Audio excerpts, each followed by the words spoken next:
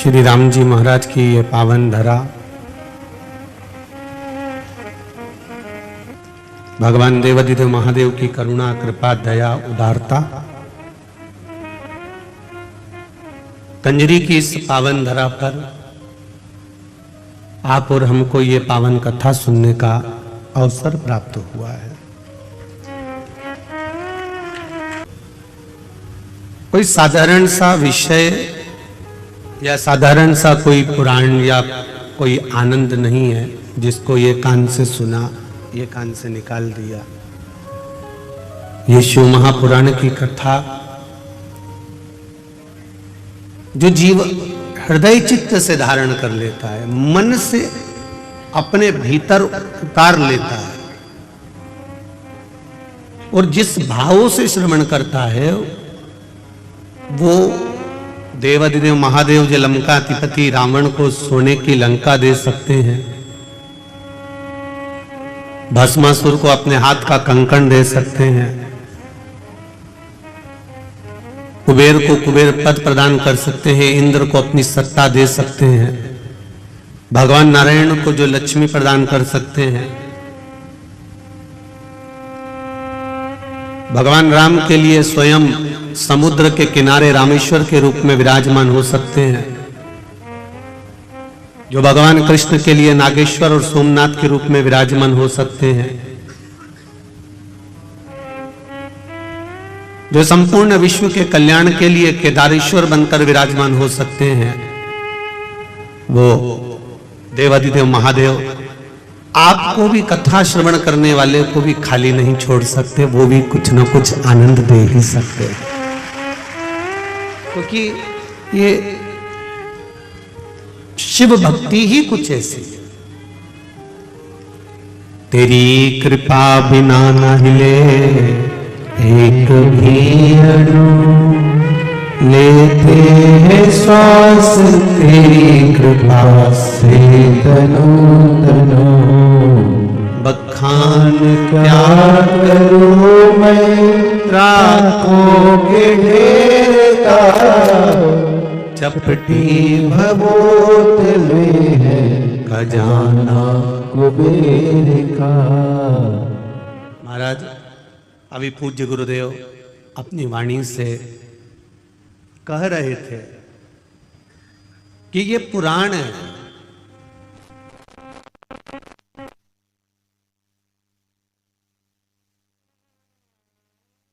और पुराना मतलब होता है पुराना लेखा जोखा, जो आज का नहीं है। आपको अपना पुराना अगर लेखा जोखा उठाना है, आपको अपना पुराना कुछ देखना है तो तहसील में जाना पड़ेगा और तहसील में जाकर आप अपना पुराना इतिहास, आपके दादाजी की कितनी प्रॉपर्टी थी, कहां पर तुम्हारा मकान था, क्या नंबर था, क्या खसरा नंबर था, ये पूरा रिकॉर्ड आप तहसील में जाकर देख सकते हो। तहसील में जाकर देखा जा सकता है। पर हमारे सनातन धर्म का अगर कहीं रिकॉर्ड देखना हो, हमारे सनातन धर्म की अगर आनंदता देखना हो, तो जैसे तहसील में पुराना रिकॉर्ड देखा जाता है, उसी तरह पुराणों में भी हमारा रिकॉर्ड देखा जाता है कि हमारा आनंद कहां छुपा हुआ, हमारा सुख कहां छुपा हुआ।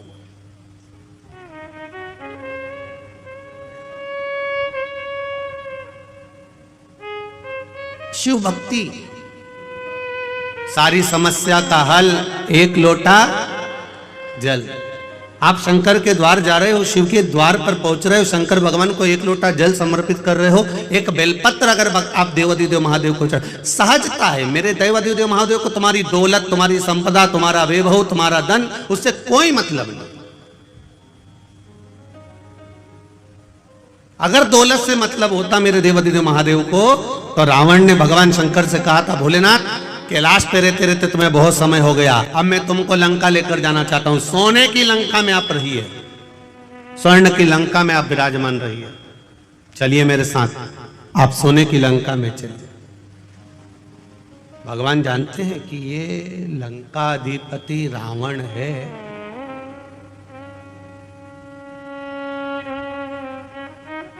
ये विद्वान जरूर है पर विद्यावान नहीं है। पहले भी कथा में कहा है, आज फिर कहते हैं, विद्वान और विद्यावान में अंतर होता है। हनुमान जी के आगे कहा जाता है विद्यावान गुणी अति चातुर, पर रावण के आगे कोई भी ये नहीं कहता कि ये विद्यावान है। रावण के आगे लोग कहते हैं ये विद्वान है। इतना विद्वान जिसने अपने भुजाओं के बल पर कैलाश पर्वत को उठा लिया था, जो भगवान शंकर को राजी कर लेता है, जो देवताओं को अपने बस में कर लेता है, इतना विद्वान था। पर किसी ने ये नहीं कहा कि ये विद्यावान था, क्योंकि विद्वान और विद्यावान में अंतर होता है। विद्वान अपने अहंकार में इतना फूल जाता है कि वो किसी के आगे झुकना नहीं जानता, और विद्यावान हर एक के आगे झुककर चलता है। जैसे मेरे हनुमान जी महाराज खड़ी हर पल हर क्षण श्री राम जी महाराज के आगे झुककर खड़े हुए हैं, प्रणाम कर कर खड़े।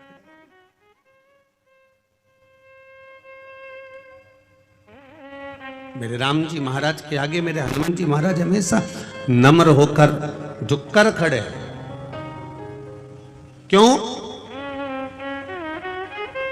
क्योंकि विद्यावान गुणी अति चातुर। विद्या जिसके भीतर विद्या सही तरह से प्रवेश कर जाती है, जो ज्ञान पूर्ण तरह से आनंदित कर कर प्राप्त कर लेता है, वो झुकना सीख जाता है। और जो अधूरा ज्ञान प्राप्त करता है ना, जिसको अधूरा ज्ञान प्राप्त होता है, वो अकड़ में जीता है, अहंकार में जीता, अभिमत्ता में जीता है। तो रावण विद्वान तो बन गया था पर विद्यावान नहीं बन पाया। उसका अभिमान उसके सामने बार बार अड़ जाता था। और भगवान शिव जानते हैं कि रावण मुझे लंका में लेकर जा रहा है, ये इसकी अहंकारिता है, ये इसका अभिमान है। क्योंकि मैं पहले आजमा चुका हूं। एक बार देवादिदेव महादेव आनंद के साथ कैलाश पर्वत पर विराजमान थे। भगवान शिव आनंद के साथ जब कैलाश पर्वत पर विराजमान थे, बड़े अलमस्त होकर बैठे हुए थे। माँ जगत जननी जगदम्बा अम्बा माता पार्वती उनके नजदीक में विराजमान बैठी हुई है।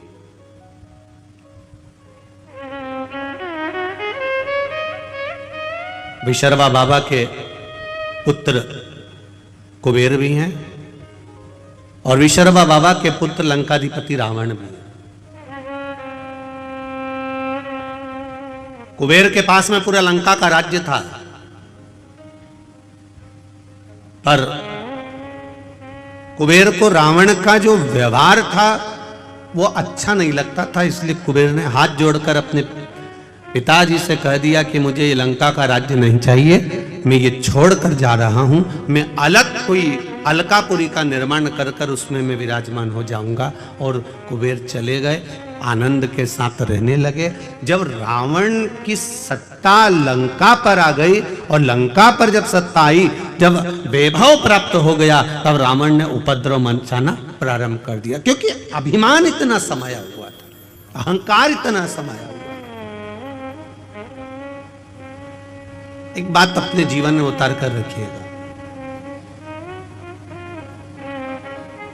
इंजीनियर बन जाओ, डॉक्टर बन जाओ, सीए बन जाओ, कलेक्टर बन जाओ, चाहे तुम किसी पद पर विराजमान हो जाओ, पर शिव महापुराण की कथा कहती है कि आपको पद जिस परमात्मा की कृपा से मिला है, जो यश उस परमात्मा की कृपा से मिला है, वो परमात्मा की कृपा से प्राप्त हुआ है। इसलिए पद और प्रतिष्ठा पाकर आप अहंकार में मत डूब जाना, क्योंकि अहंकार में तीन गए, धन वैभव और वंश। ना मानो तो देख लो रावण, कौरव और कंस, ये तीनों अहंकार में चले जाते हैं, ये तीनों अभिमत्ता में चले रहे। आप इंजीनियर बनिए मना नहीं, आप कलेक्टर बनिए मना नहीं, आप एसपी बनिए मना नहीं, आप डॉक्टर बनिए मना नहीं है, पर कहीं इतना अभिमान, इतना अहम, इतनी अहंकारिता हमारे भीतर प्रकट ना हो जाए कि जिसके बल पर हम पुनः फिर नीचे आ जाए। वो अभिमत्ता हमारे भीतर नहीं आना चाहिए।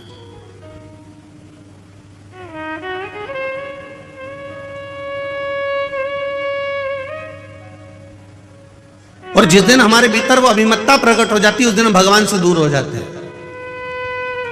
हम परमात्मा से दूर।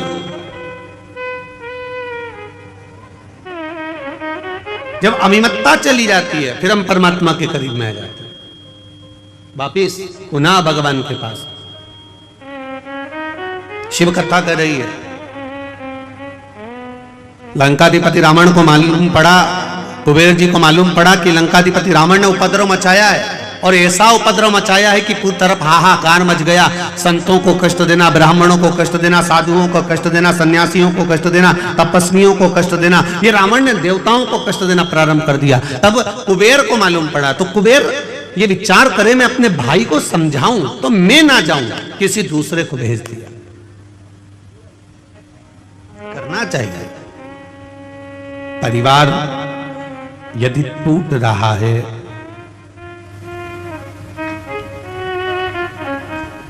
राष्ट्र यदि बिखर रहा है, अभी परम पूज्य गुरुदेव ने कहा कि राष्ट्र को आपको और हमको संभालना पड़ेगा। ये पूज्य गुरुदेव अभी कहे, कोई दूसरा नहीं संभालेगा, आपको स्वयं संभालना है, आपको स्वयं निभाना।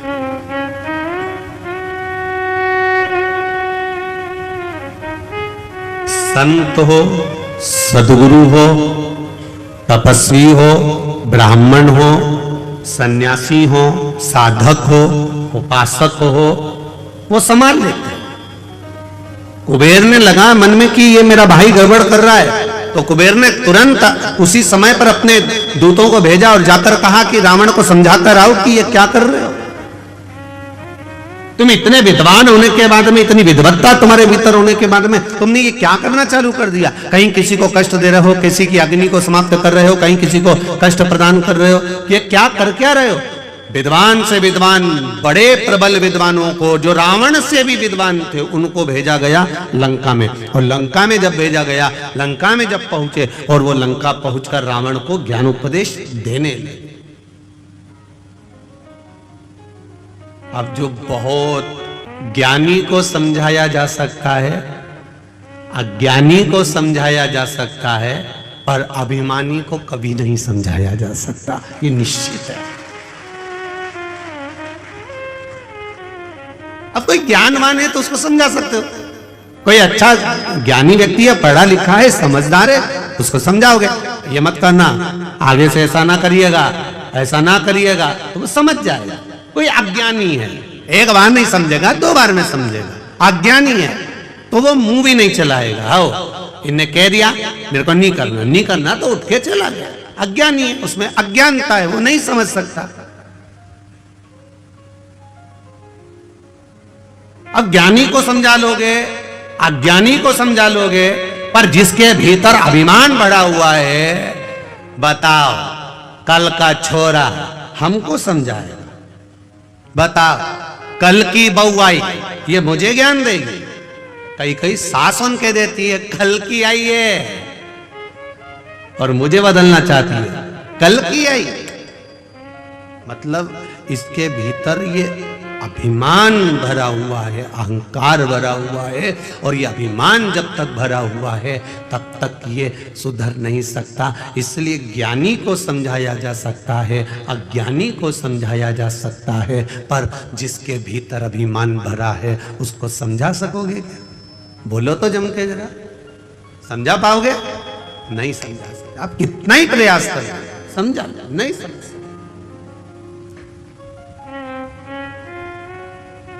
सास कह रही है गुड़ को गर्म कर, उसमें तिल्ली भूंज के डाल दे, लड्डू बन जाएगा। पर बहू नहीं, मैं तो गुड़ को फोड़ूंगी, उसमें कच्ची तिल्ली बिना सीखी डाल दूंगी और ऐसे ऐसे गोल गोल करके लड्डू बना दूंगी, हो गई संक्रांति, लड्डू तैयार। अब सास कह रही है कि थोड़ा सेक ले, थोड़ा गुड़ को गर्म कर ले और तिल्ली को सेक कर लड्डू बनाएगी तो अच्छा बनेगा। अब उसको तो भीतर डॉक्टर इतना अभिमान भरा था, मैं तो सीख के आई हूं, मुझे तो सब मालूम है। और बैठी 4 घंटे तक वो रेसिपी बुक लेके, और रेसिपी बुक में जैसा जैसा लिखा था। और ऐसा जरूरी नहीं है कि कभी कभी रेसिपी बुक भी गड़बड़ कर जाती है। एक नई नवेली बहू आई और सास ने उसको कह दिया, बेटा मेरा मन कर रहा है, मेरा मन कर रहा है, तू एक काम कर, थोड़ी सी आइसक्रीम बना ले, मेरा मन कर रहा। बहू ने कहा, मम्मी तुम भी क्या आइसक्रीम खाना? अब भी बनाती हूँ। उसने तुरंत अटैची में से रेसिपी बुक निकाली, 2 किलो दूध धीमी आंच पे रखो, गैस चालू करो, फिर धीरे धीरे उसको हिलाओ। अब वो हिलाते हिलाते उसमें बेकिंग पाउडर डालो, और क्या क्या डालता है तुम्हें मालूम होगा, इलायची का पाउडर डालो, फिर धीरे धीरे उसका पूरा रेसिपी बुक तैयार करी। अब बुक वो तैयार करा, और तैयार करने के बाद में फिर उसने पढ़ा 1 घंटा फ्रिज में रखो। अब ये गई और करी आई जो जैसा जैसा लिखा था। 2 घंटे के बाद सास ने फ्रिज खोला, और फ्रिज खोला तो बहू को आवाज लगाया, बेटा, ओ बेटा, बहू, हाँ मां, इधर आ, ये मंदिर का घंटा फ्रिज के अंदर किसने रखा? बहू तुरंत पल्लू लेके बोली, मां मैंने रखा है। क्यों? बुक में लिखा था 1 घंटा फ्रिज में रखो, इसमें लिखा 1 घंटा फ्रिज। सास ने बुक को लिया और माथा से ठोका, अरे ओ पगली, वो बुक में लिखा था जो तूने घोल बनाया था उसको 1 घंटा फ्रिज में रखना था, तू मंदिर का घंटा लाके फ्रिज में रख दिया। अब बताओ, वो आइसक्रीम तैयार हो, वो आइसक्रीम बने। तो ज्ञानी को समझा सकते हो, बोलो बोलो आगे बोलो, अज्ञानी को समझा सकते हो, पर वो तो बढ़िया एकदम तन्न होकर अब अभिमानी को नहीं समझा सकते कि साहब ये रेसिपी ऐसी बनेगी। तुम समझा, उसको समझाना मुझको।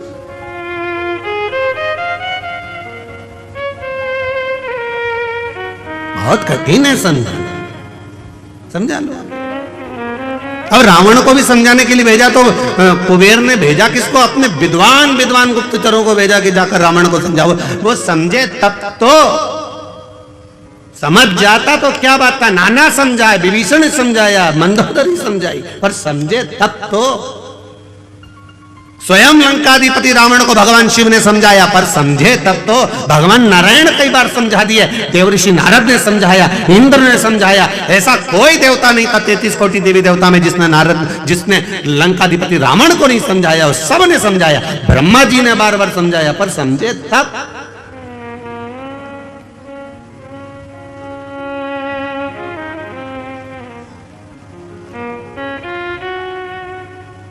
समझ में तो आए इसको। अब कुबेर जी ने भेज दी अपने साथियों को और सारे गुप्तचरों को बोला, और बोलकर कहा, जाकर मेरे भाई को समझाना, ज्ञान देना, समझाना, मेरे को मालूम है वो रावण समझ जाएगा।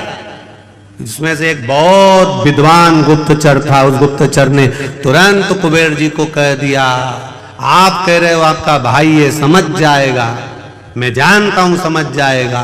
तो उसमें से एक गुप्तचर बोला, हम भी आपके घर का अन्न खाए हैं, हमें मालूम है वो नहीं समझ पाएगा।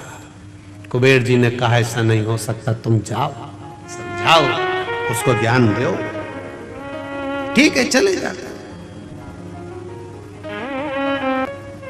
कई लोग कहेंगे क्या होता है शिव महापुराण की कथा सुनने से, क्या होता है शिव पुराण में जाने से, बहुत ज्ञान देंगे। क्या होता है शंकर जी को 1 लोटा जल चढ़ाने से, क्या होता है बेलपत्री चढ़ाने से, क्या होता है राम नाम बोलने से, क्या होता है कृष्ण नाम बोलने से, क्या होता है शिव नाम बोलने से, क्या होता है श्री शिवाय नमस्तुभ्यम बोलने से, क्या होता है नमः शिवाय बोलने से, क्या होता है ओम नमः शिवाय बोलने से। कहीं कहीं बोलेंगे, कहे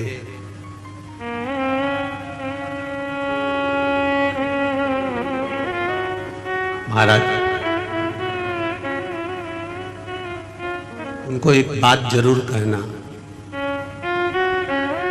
भगवान की कथा सुनते सुनते, भगवान का भाव श्रवण करते करते, जिस समय कथा सुनते सुनते आपके रोम, आपके शरीर के ये रोम, ये बाल खड़े हो जाएं, समझ लेना कि शिव आपके भीतर समाना प्रारंभ हो गया।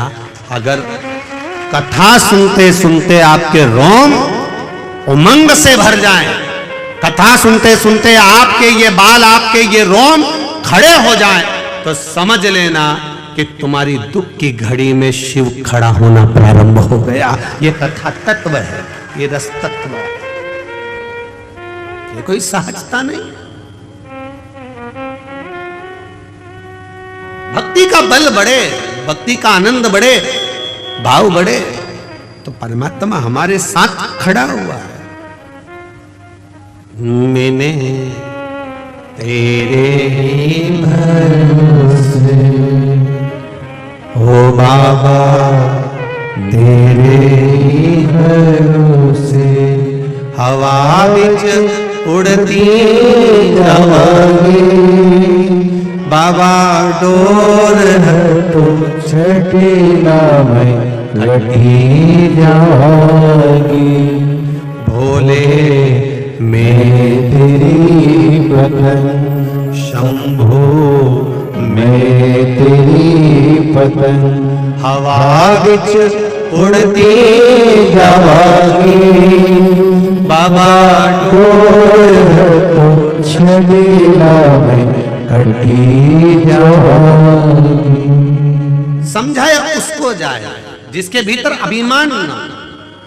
ज्ञानी होगा समझ जाएगा, ज्ञानी होगा आज नहीं समझा कल समझ जाएगा, पर अभिमानी होगा इसको कितना भी समझाया जाए ये कभी नहीं समझ सकता। कंजरी वालों पर कितनी कृपा राघव जी की हुई है, कितनी कृपा राम जी की हुई है, और माँ जगत जननी पावागढ़ वाली की कृपा की टेकरी के नीचे ये शिव महापुराण की कथा। विचार करिए जरा,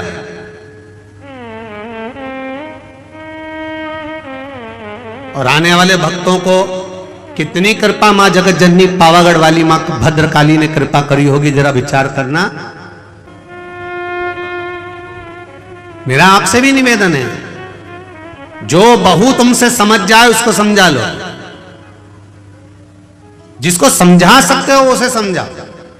जो अभिमान में फूल गया उसको समझाने की जरूरत नहीं है, क्योंकि तुम उसे समझा सकते ही नहीं हो, चाहे कितना ही प्रयास करो, कितना प्रयास करोगे हो ही नहीं सकता।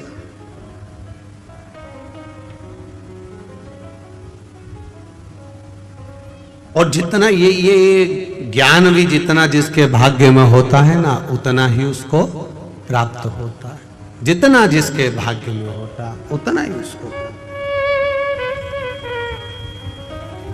बड़ा मुश्किल है। भगवान शिव की कथा का कुबेर ने भेजा जरूर पर समझा नहीं पाया। रावण को कहा, क्रोध आ गया, रावण ने उनकी बात सुनी और समझने को तैयार नहीं, तलवार लेकर दोनों का शीश काट दिया। जो समझाने आए थे उन्हीं को मार दिया।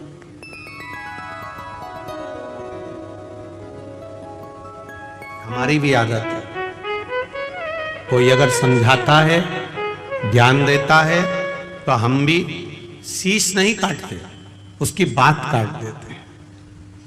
हमारी भी आदत है। पर कभी विचार करिए, कभी अपने जीवन में इस बात को उतारने का प्रयास करना कि कोई सद्गुरु, कोई संत, कोई साधु, कोई सन्यासी, कोई तपस्वी, कोई साधक, कोई भगवान, कोई साधना करने वाला, भजन करने वाला, कोई घर का बुजुर्ग, वयो, वृद्ध, बड़ा हमको समझाता है तो हमारे नुकसान के लिए नहीं, हमको उन्नति की सीढ़ी पर चढ़ाने के लिए समझाता है।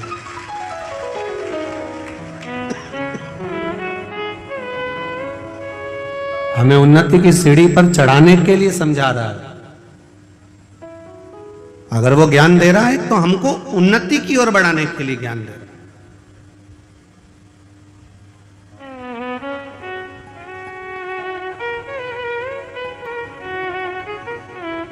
समझा नहीं लंकाधिपति, उठाया तलवार, चल दिया कुबेर के उस अलकापुरी में और जाकर इतना उपद्रव मचाया, इतना उपद्रव मचाया, सबको मार गिराया, पुष्पक विमान को छुड़ा लिया। कुबेर को देवताओं ने ले जाकर एक स्थान पर छुपा दिया जहां उनका उपचार हुआ, वो ठीक हो गए। अब पुष्पक विमान पर बैठकर लंकाधिपति रावण अपने मन के अनुसार चलने वाले, मन की गति से भी बराबर से भी तीव्र चलने वाले पुष्पक विमान पर बैठकर घूमने चल दिया। अब देखिए शिवपुराण क्या कह रही है। अब चला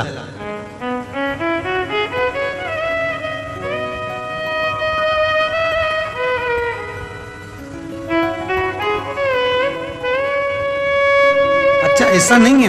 पुष्पक विमान पर जब वो बैठा,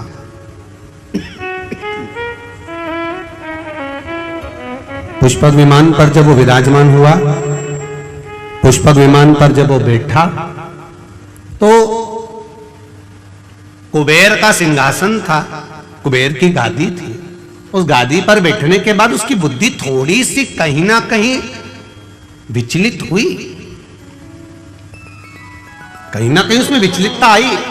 बैठा वो, क्यों कहते हैं तीर्थ में जाकर बैठो, क्यों कहते हैं सदगुरु के चरणारविंद में बैठो, क्यों कहते हैं कथा में जाकर बैठो, क्यों कहते हैं किसी पवित्र नदी के तट पर जाकर बैठो, क्यों कहते हैं जहां संतों ने तप करा हो, साधुओं ने तप करा हो, सन्यासियों ने तप करा हो, कहीं तपस्या साधना करी हो, उस स्थान पर जाकर बैठो। क्यों कहते हैं कहीं धुपाड़ा जल रहा हो, हजारों वर्ष का, सालों निकल गए, उस धुनी को रमते रमते संतों को उस धुनी के पास जाकर बैठो। क्यों कहा जाता? उस स्थान पर बैठने का फल कुछ अधिक प्राप्त हो जाता। जैसे समझो उसको,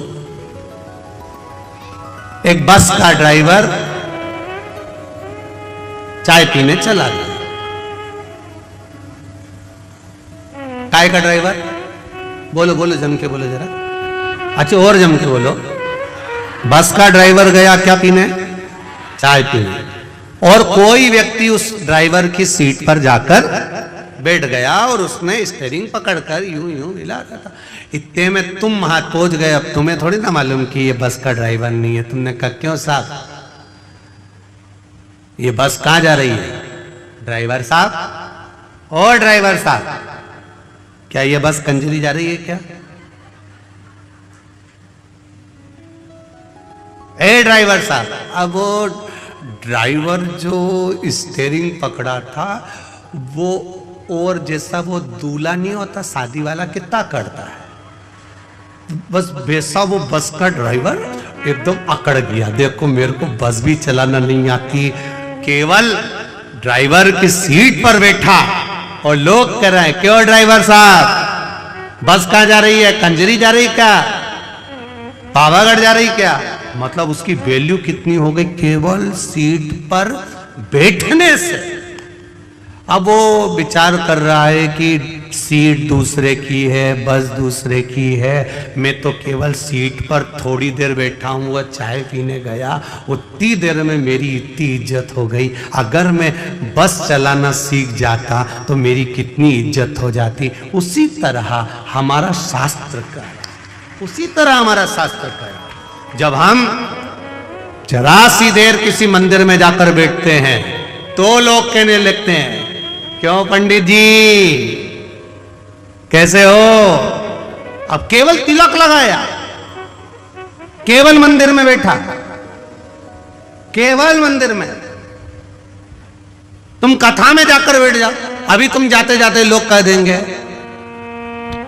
श्री शिवाय नमस्तुभ्यं, जय सीताराम जी की।